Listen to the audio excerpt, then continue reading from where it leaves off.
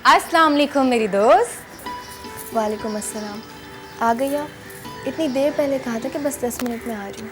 अरे बस घर में काम काज में वक्त ही नहीं मिला।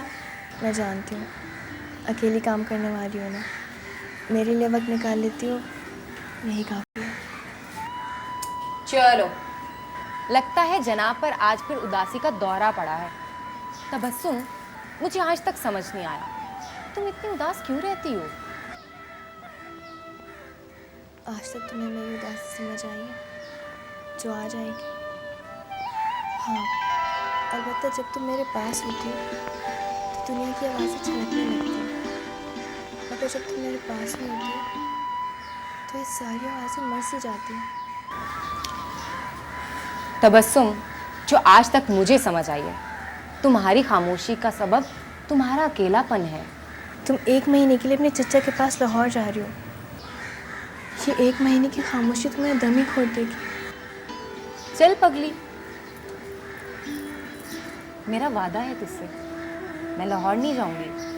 और हाँ, अगर अब्बा ने मुझे लाहौर ज़बरदस्ती भेज दिया और तुम पर खामोशी का हमला होने लगे तो गालिब का ये मिसरा गुनगुना लेना, नवाए तायराने आशियाँ गुम करदा आती है।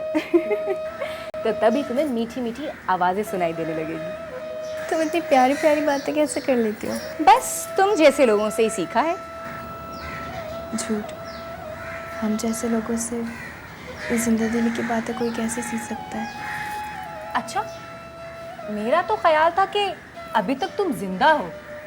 तुम्हें क्या लगता है, जिंदा रहना सिर्फ सांस लेना होता है? सिर्फ सांस लेना ही ज़िंदगी की अलामत नहीं होती। मैं जानती हूँ मेरी सहेली, और यही बात मैं तुम्हें समझाना चाहती हूँ। सांस लेना ही ज़िंदगी का नाम नहीं है। मैं चाहती हूँ तुम अपनी ख्वाहिशात के साथ साथ अपनी सोचों को भी ज़िंदा रखो। जब इंसान की सोचें ज़िंदा होती है ना, तब उसमें लगन बढ़ती है, और जब लगन बढ़ती है ना, तो उसे कामयाबी मिलती है।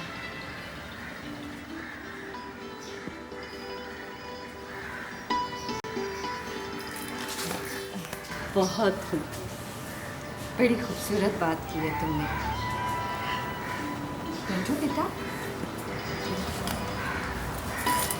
तबस्सुम, तुम बहुत खुश नसीब हो कि तुम्हें सुरैया जैसी जिंदा दिल दोस्त मिली है।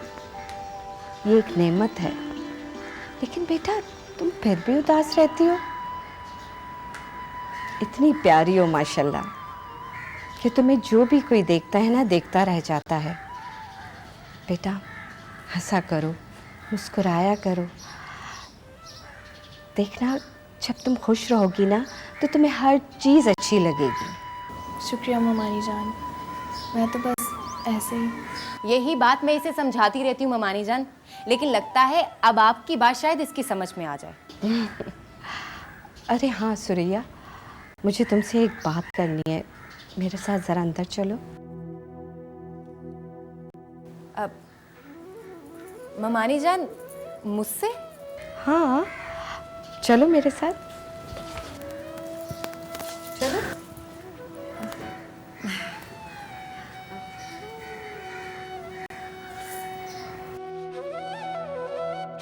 आओ बेटा, जल्दी आओ।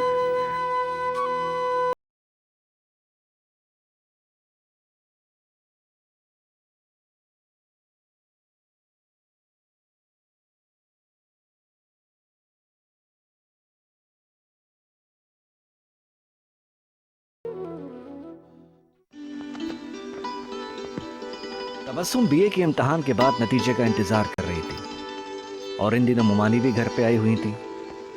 ये दिन तो छुट्टियों के थे, मगर ये छुट्टियां बहुत वीरान थीं। अगर साथ में उसकी सहेली सुरैया ना होती तो वो इन छुट्टियों की तन्हाई में मर ही जाती। ये सुरैया बड़ी अजीब लड़की थी। इतनी अच्छी और सच्ची लड़की तबस्सुम ने अपनी 20 बरस की उम्र में कहीं ना देखी थी।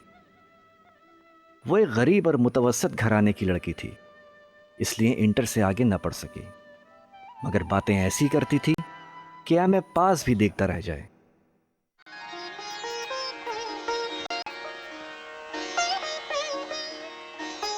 जी मुमानी जान। अब वो सुरैया, मुझे तुमसे एक बात करनी है।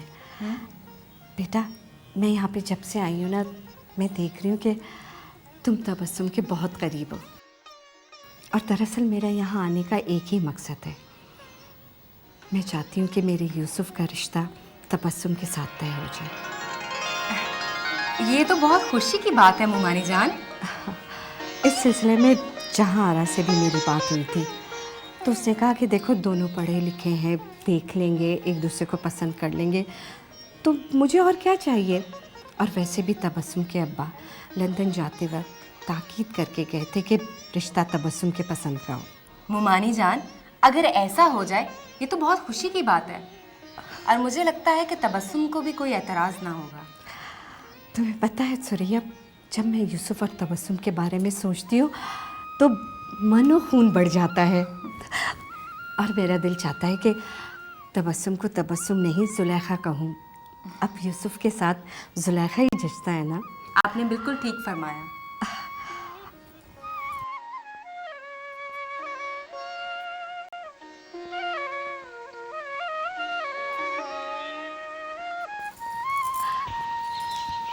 अभी एमए का इम्तहान पास किया है यूसुफ ने, कनाडा जाने का इरादा है और आजकल वैसे फारिग है वो।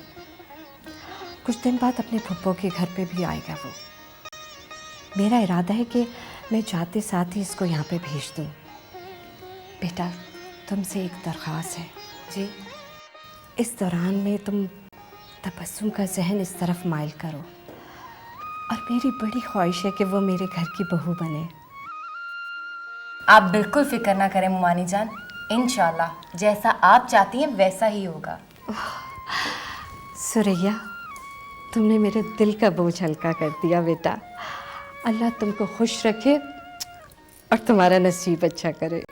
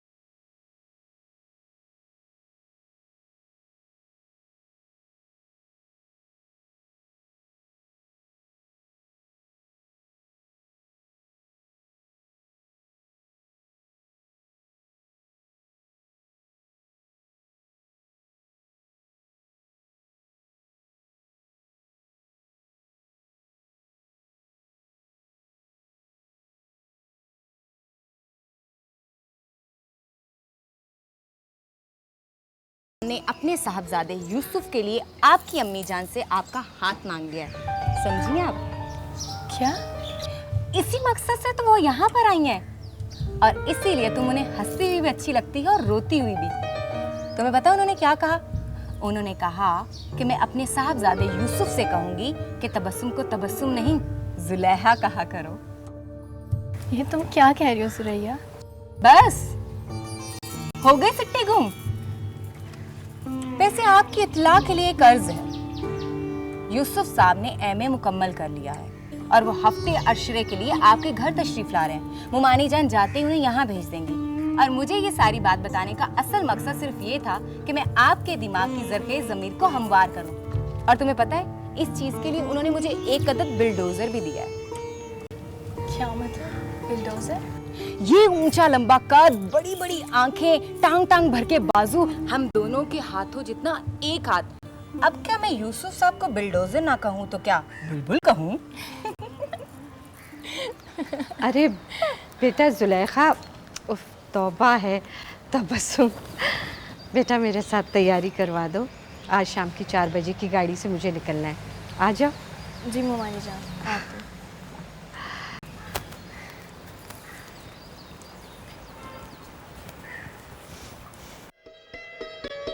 तबस्सुम मुमानी को रुखसत करके जब अपने कमरे में आई तो सामने यूसुफ की तस्वीर एक फ्रेम में सजी रखी थी। सुरैया ने फ्रेम से जहांगीर के मकबरे का मंजर निकाल कर एक तरफ रख दिया था और उसमें यूसुफ की तस्वीर फिट करके घर चली गई थी। तबस्सुम ने पलट कर कमरे की चटखनी लगाई और मेज का लैंप जलाकर यूसुफ की तस्वीर को बहुत गौर से देखने लगी। उसने आज से 10-11 साल पहले यूसुफ को देखा था, मगर इतने अरसे में वो कितना बहुत सा बदल गया था, तबस्सुम को इस बात का अंदाजा नहीं था। यूसुफ को देखने के बाद न जाने क्यों तबस्सुम को एक अजीब सा एहसास हो रहा था, एक ऐसा एहसास जो उसके लिए बिल्कुल नया था।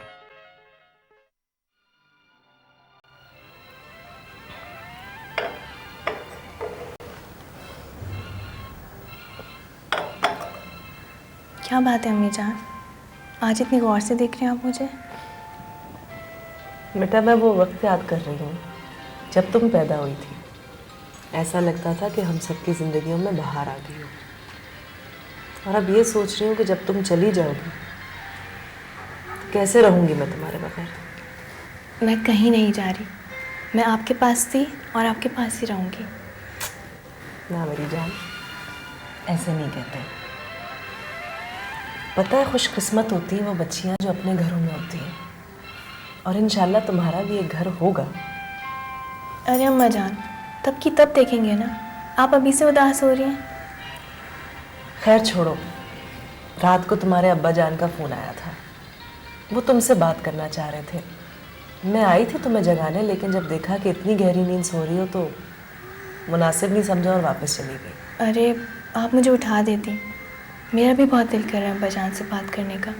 दरअसल बेटा लंदन के और यहाँ के वक्त में इतना फ़र्क है कि वो अक्सर रात को ही फ़ोन करते हैं। चलो फिर कभी सही। अरे नहीं नहीं, तुम बैठ के चाय पियो, मैं देखती हूँ किसका फ़ोन है।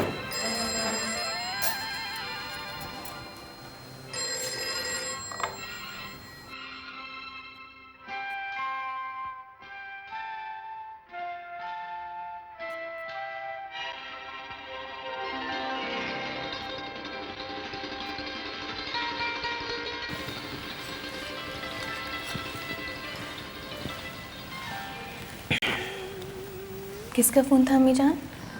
तुम्हारी मुमानी का। यूसुफ शाम की गाड़ी से आ रहा है। ओह अच्छा। बेटा यूसुफ बहुत अच्छा बच्चा है माशाल्लाह से। मुझे यकीन है कि वो तुम्हें बहुत खुश रखेगा।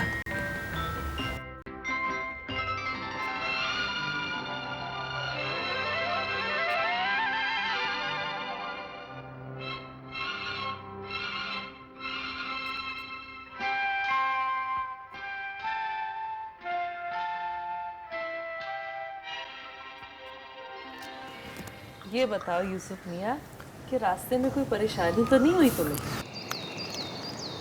नहीं फूफी जान, सफ़र बहुत अच्छा गुजरा है। माशाल्लाह, ये तो बहुत अच्छी बात है। ये बताओ कनाडा कब तक जाने का इरादा है तुम्हारा? अभी तो कुछ दिन यहीं हूँ, मगर अम्मी चाहती नहीं है कि मैं वापस जाऊँ। मैं समझ सकती हूँ कि वो क्या सोचती होंगी।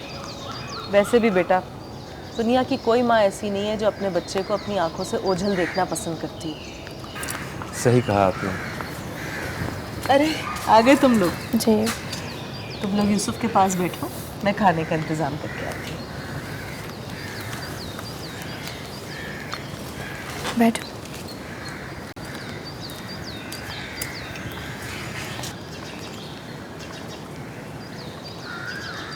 आप? मैं तबस्सुम की सहेली हूँ, सुरैया नाम है मेरा। तो बसुम आप क्या करती हैं? मैंने बीए के इम्तिहान दिए। गुड। आप कनाडा जा रहे हैं?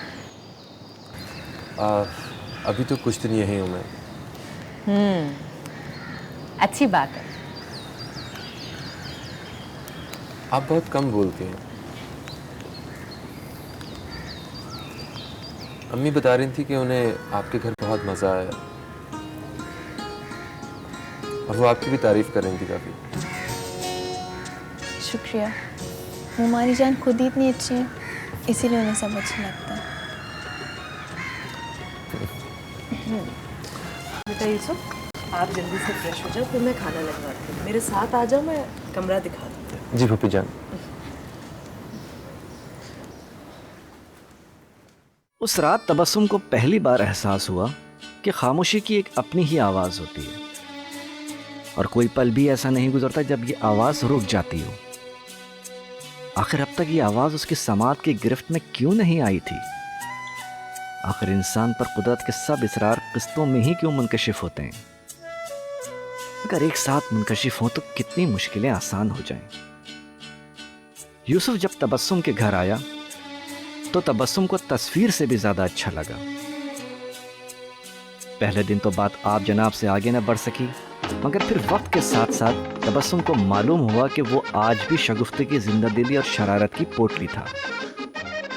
वो अपनी बातों, हरकतों और अदाकारी से न सिर्फ अपनी फूफी जान बल्कि तबस्सुम और सुरैया को भी इतना हंसाता कि उन सब के पेट में बल पड़ जाता।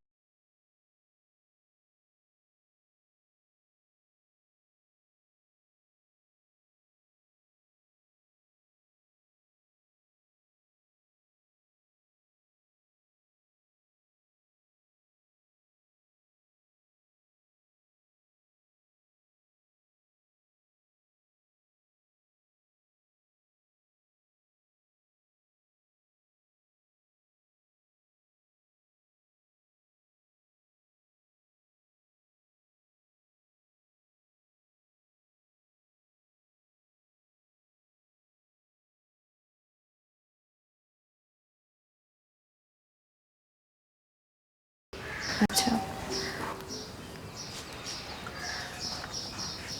ये आप हर वक्त किताबी कीड़ा क्यों बनी रहती हैं? भाई कभी मेहमानों से भी बात कर लिया करो। मेहमान? कौन मेहमान? भाई मैं और कौन मेहमान? अच्छा, तो आप खुद को मेहमान समझते हैं। मेरा तो ख्याल था कि आप इस घर का फ़र्ज समझते होंगे अपने आप को। फिक्र न करो, बहुत जल्द इस घर के फर्द भी बन जाएंगे हम। वैसे आप बिल्कुल भी नहीं बदले हैं। आज भी वही शोखी और जिंदा दिली आपकी ज़ात का हिस्सा है। तो बस मैं बदलना चाहता ही नहीं हूँ खुद को, क्योंकि जब इंसान खुद को बदलता है तो वो ना चाहते हुए भी अपनों से दूर हो जाता है, और मैं अपनों से दूर नहीं होना चाहता। बिल्कुल ठीक कहा आपने, लेकिन जो अपनों से दूर होते हैं उन्हें भी कभी ना कभी अपनों के पास वापस आना है। फिर तो मैं ज़्यादा बेहतर हुआ, मैं बदला भी नहीं और वापस पलट के तुम्हारे पास आ गई, क्योंकि तुम भी तो मेरी अपनी हो।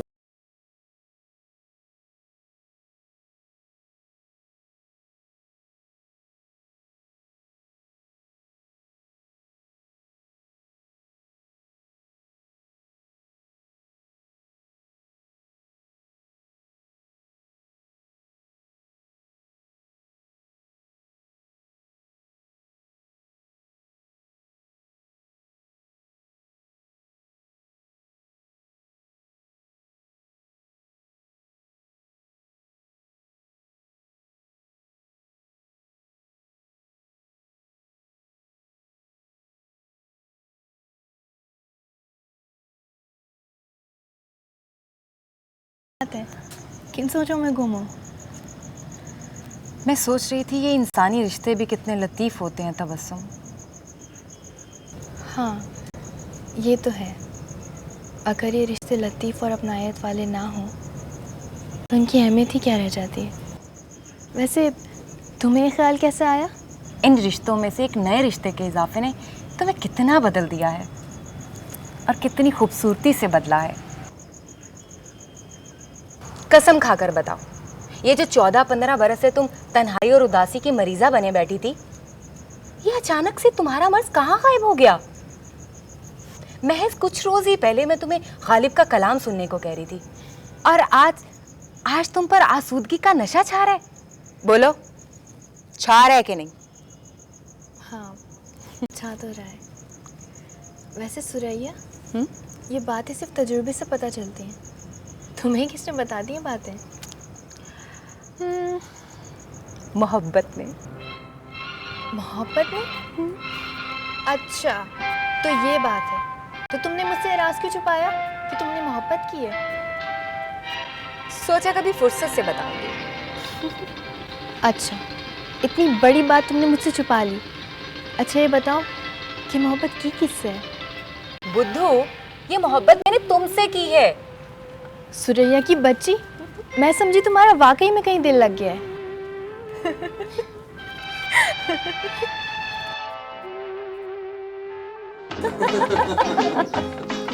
भाई तुम लोग यकीन करो, उस बंदे की शक्ल उतर गई मेरी बात सुन के। जाहिर है, जब आप उसकी इतनी बेइज्जती करोगे तो खुश थोड़ी होगा। वैसे यूसुफ साहब, जब आप यहाँ पर आए थे तो बिल्कुल भी नहीं लगता था कि आप इतनी शौक तबीयत के मालिक हैं। अरे इनके बचपन के किस्से तो मैं तुम्हें सुनाऊंगी फुर्सत से।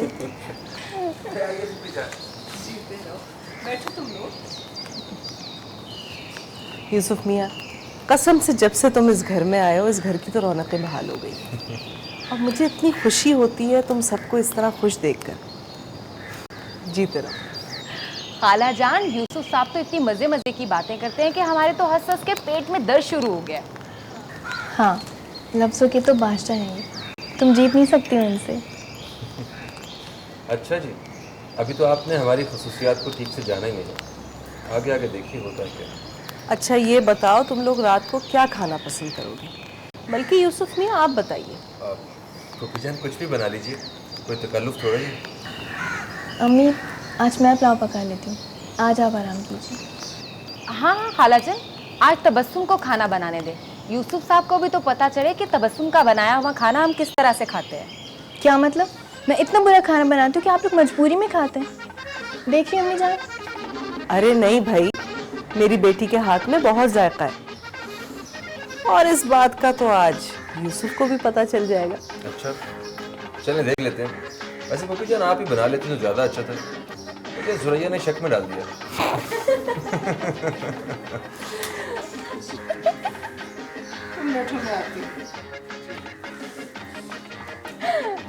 चाय पिए, ठंडी होगी। अस्सलाम वालेकुम खाला जान। वालेकुम अस्सलाम, जीती रहो, आओ बैठो। कैसी हैं आप? मैं बिल्कुल ठीक हूँ। खाला जान, वो तबस्सुम नहीं कहीं नज़र आ रही? हाँ, वो और यूसुफ थोड़ी देर पहले यहीं बैठे हुए थे, अभी अंदर गए। अच्छा, मैं उनसे मिलकर आती हूँ। हाँ हाँ, अच्छा सुनो, एक मिनट बैठो, मेरी बात सुन लो। मैंने तुमसे एक बहुत ज़रूरी बात करनी थी बेटा। जी जी खाला जान, आप हुक्म करें। देखो, मैं जानती हूँ कि कवारी बच्चियों से ये बात करना मुनासिब नहीं, लेकिन अगर तुम्हारी ही दोस्त के बारे में मैं तुमसे ही बात नहीं करूँगी तो और किससे करूँगी? खाला जान, सब खैरियत तो है ना? हाँ हाँ, सब खैरियत है। दरअसल हुआ ये है कि तबस्सुम के मामू हर दूसरे दिन ख़त भेज देते हैं और वो मुझसे जवाब तलब कर रहे हैं उसके और यूसुफ की शादी के मुतालिक। इस बार तो उन्होंने हद ही कर दी। उनका कहना है कि अगर मैंने कोई मुनासिब फ़ैसला जल्द ना दिया तो वो मुल्क छोड़कर हमेशा हमेशा के लिए कनाडा चले जाएंगे। मैं ये बात खुद पूछ लेती तबस्सुम से, लेकिन मुझे डर लगता है कहीं वो ये ना सोचे कि मैं अपने भतीजे से उसकी शादी करने पर कोई ज़ोर दे रही हूँ। और वैसे भी उसके वालिद ने ख़ास ताकीद की है कि मेरी बेटी की मर्ज़ी के मुताबिक ही हो जो कुछ हो। अब बेटा, तुम समझ सकती हो, अगर तुम मुझसे पूछकर उसका फ़ैसला मुझे बता दोगी तो मेरे लिए बहुत आसानी हो जाएगी। खाला जान, बस इतनी सी बात है, आप बिल्कुल फिक्र ना करें। मैं तबस्सुम से बात करके आपको बताऊंगी, और मुझे जो लगता है ना, उसका जवाब हाँ में ही होगा। अल्लाह करे ऐसा ही हो। कम से कम मुझे तसल्ली हो जाएगी कि मैंने अपना फ़र्ज़ पूरा किया, और उसके वालिद की ख्वाहिश भी पूरी हो जाएगी कि उनकी बेटी की रजामंदी शामिल है इस बात में। खाला जान, आप बिल्कुल भी फिक्र ना करें, मैं आज ही बल्कि अभी उससे बात कर कर आपको बताती हूँ, ठीक है? शुक्रिया बेटा। खाला जान, आप मुझे शर्मिंदा कर रही हैं। नहीं बेटा, बल्कि मेरी तो दुआ है कि अल्लाह तुम्हारे भी नेक नसीब करे। आमीन।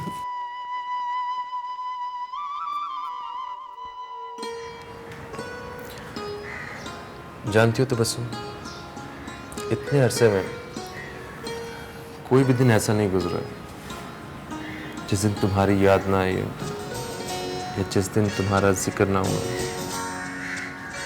अच्छा, अगर इतना ही याद करते थे तो फिर पलट कर पूछा क्यों नहीं? अरे ये किसने कहा? तुम्हारे एक एक पल से वाकिफ रहा हूँ। अम्मी जब भी फूफी जान से बात करती थी तो मैं उन्हें ख़ास तौर पे तुमसे बात करने के लिए कहा करता था, और सबसे पहले तुम्हारी खैरियत दरियाफ्त करता था मैं। झूठ मैं कैसे मान लूँ? ठीक है, मैं आज शाम मम्मी को फ़ोन करता हूँ और उनकी गवाही दिलवा देता हूँ मैं, ठीक है? अरे नहीं, आप सच्चे हैं, मान लिया बस। जानती हो तो बस सुन, मेरे दोस्त मुझे हमेशा कहा करते थे कि रिश्तेदार लड़कियों से शादी करना बहुत महंगा पड़ता है, लेकिन अब मुझे एहसास हुआ कि उनके नसीब में तुम जैसी खूबसूरत रिश्तेदार लड़कियां कभी आई ही नहीं होंगी। मेरा तुमसे दावा है कि तुम खुद मुझे कोई ऐसी लड़की तलाश करके दिखाओ जो तुमसे ज़्यादा खूबसूरत हो, तुमसे ज़्यादा बावकार हो, और तुम कसम खा के ये बताओ कि तुम किसी भी लिहाज से फ़लाँ लड़की से कमतर हो। तो जानती हो मैं क्या करूँगा? क्या करेंगे आप? अपना सर काट के तुम्हारे कदमों में रखूँगा। अरे कैसी बातें कर रहे हैं आप? हद करते हैं आप भी। अरे फिर आप, भाई वो तुम्हारी दोस्त सुरैया, अगर वो मुझे आप कहे तो समझ में आता है कि उसे ऐसा ही कहना चाहिए, लेकिन तुम तो मेरा सब कुछ हो, फिर तुम मुझे आपसे क्यों मुखातिब करते हो? अब सीधी तरह तुम बोलो, वरना मैं। अरे बोलती हूँ, आप तो नाराज़ ही हो जाते हैं। फिर आप, तुम ये खाली तुम का क्या मतलब है? जुमला पूरा करो। जुमला पूरा? अच्छा, हाँ हाँ, तुम के आगे पीछे भी तो कुछ होना चाहिए ना। अच्छा तो तुम मेरे लिए वही हो जो मैं तुम्हारे लिए हूँ।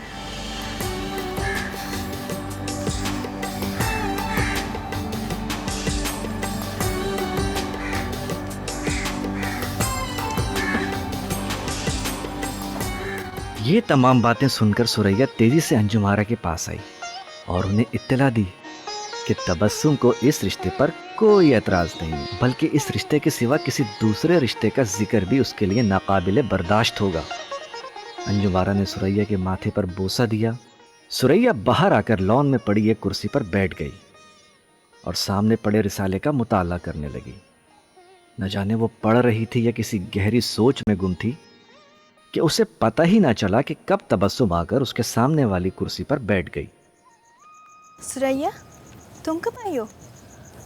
बस अभी आई, तुम्हारी किताब देखी, पढ़ने बैठ गई। अच्छा, तुम काफी खुश लग रही हो। यूसुफ साहब ने कोई लतीफ़ा तो नहीं सुना दिया? सुनाया तो नहीं है, लेकिन हो सकता है हमारे बीच बन जाए। क्या मतलब? कुछ नहीं। वैसे मैं तुम्हें बता सकती हूँ तुम इतना खुश क्यों? रहने दो, तुम्हारे तो फरिश्तों को भी खबर नहीं होगी। अच्छा, वैसे फरिश्तों को खबर हो ना हो, मुझे ज़रूर है। अच्छा तो बताओ ज़रा। तो सुनो ज़रा। तुम मेरे लिए वही हो जो मैं तुम्हारे लिए हूँ। सुरैया की बच्ची। ये क्या था? इसमें मुझ मासूम का कोई कसूर नहीं, ये तो आपके दुपट्टे का कसूर है जो कुर्सी से लिपट के बैठा हुआ है।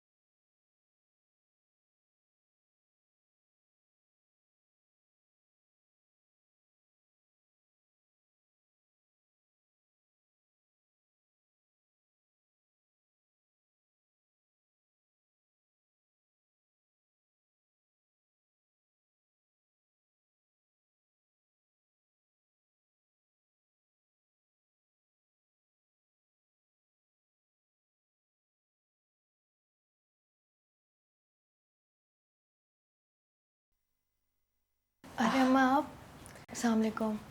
वालेकुम अस्सलाम। क्या बात है बेटा, आज तुम नाश्ता करने कमरे से बाहर ही नहीं आई? जी जी, मैं बस आ ही रही थी। अच्छा, ये लो। ये क्या है अम्मी? खत है यूसुफ का। यूसुफ का? आपको कैसे पता कि ये यूसुफ का है? बेटा मैंने अंदाज़ा लगाया, क्योंकि आज के दौर में ऐसी मुशक्क़त यूसुफ के अलावा और कोई नहीं कर सकता। वैसे भी उसका चौथा ख़त है, तुमने अभी तक उसके किसी एक ख़त का भी जवाब नहीं लिखा। बेटा उसे जवाब लिख दो, मैं समझती हूँ तुम्हारे मुस्तक़बिल के लिए अच्छा रहेगा। जी अम्मी, मैं आज कोशिश करूँगी कि उसके सारे खतूत का जवाब लिख दूँ। शाबाश। वैसे भी वो क्या सोचता होगा, मैंने इतने सारे ख़त लिखे और तबस्सुम ने किसी एक का जवाब नहीं भेजा मुझे। जी, मैं आज लिख दूँगी। जीती रहो।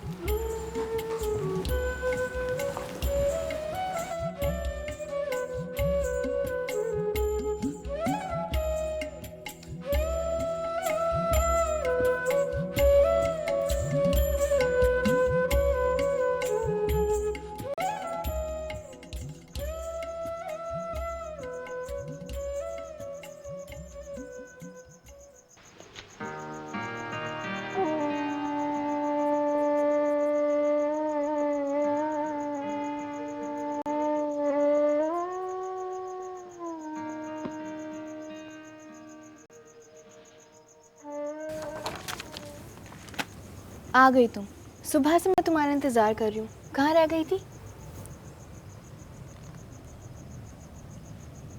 सुरैया, क्या बात है? चचा जान और खाला जान तो ठीक है ना? बोलो सुरैया। सब ठीक है, सारी दुनिया ठीक है, मैं ही बीमार हूँ। उससे इतना प्यार ना करो तो बस सिर्फ उतना प्यार करो कि जब तुम मुझे अपने पहलू से झटको तो तुम्हें ज्यादा सदमा ना पहुंचे। आखिर बोलो तो, हुआ क्या है? मैं एक ऐसी बेगुनाह हूँ तो बस जो एक गुनाहगार से भी ज्यादा गुनाह की जद में हूँ। तो मुझे कसूरवार तो नहीं ठहराओगे ना? मगर कैसा कसूर? मैं तुम्हें बताऊंगी, तुम पागल तो नहीं हो जाओगी ना? किस्सा क्या है आखिर? तुम क्यों पहेलियां बुझवा रही हो? बोलो, बात क्या है? तबस्सुम मैं तुम्हें कभी ना बताती, छुपा जाती ये बात। मगर इस तरह मेरी मोहब्बत बददियानत ठहरती। मैं शायद अपने आप को तो धोखा दे जाती, मगर इस तरह तुम भी धोखा खा जाती।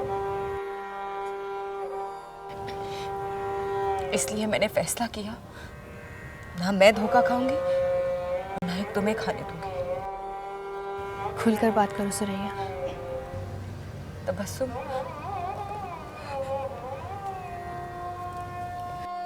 ये यूसुफ का खत।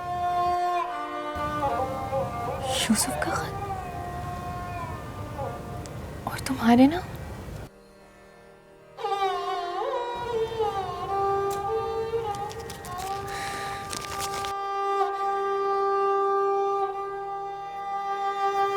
मेरी अपनी सुरैया, जब से अम्मी ने सरगोदा से वापसी पे तबस्सुम के साथ तुम्हारा और तुम्हारी जहानत का जिक्र किया तो मैंने एक अजीब सी बात सोची थी।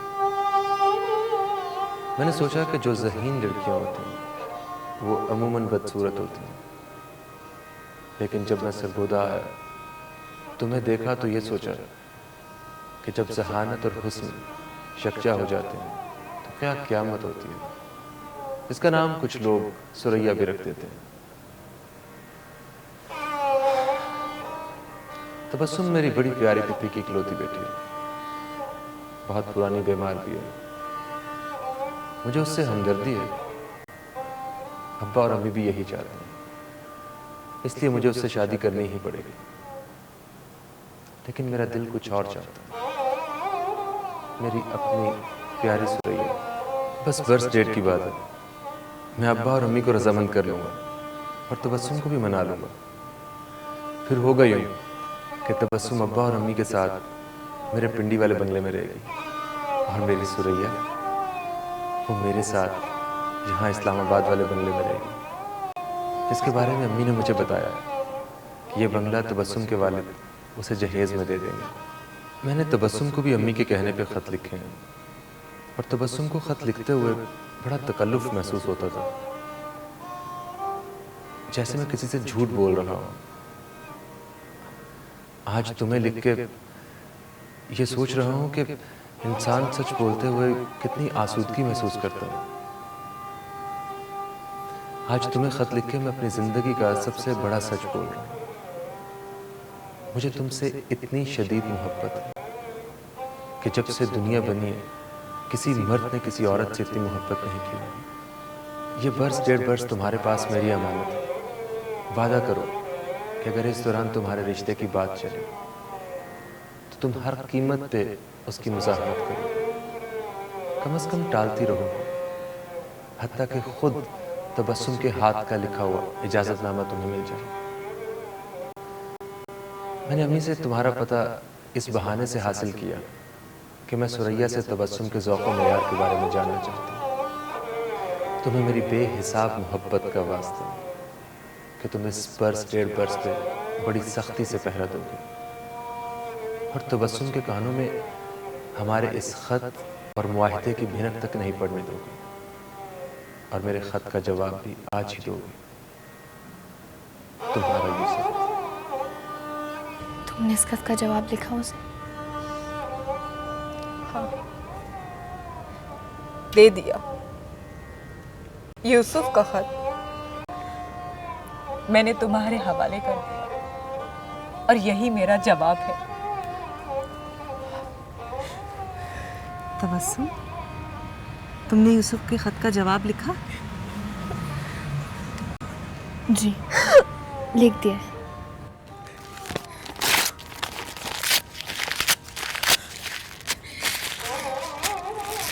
ये है मेरा जवाब।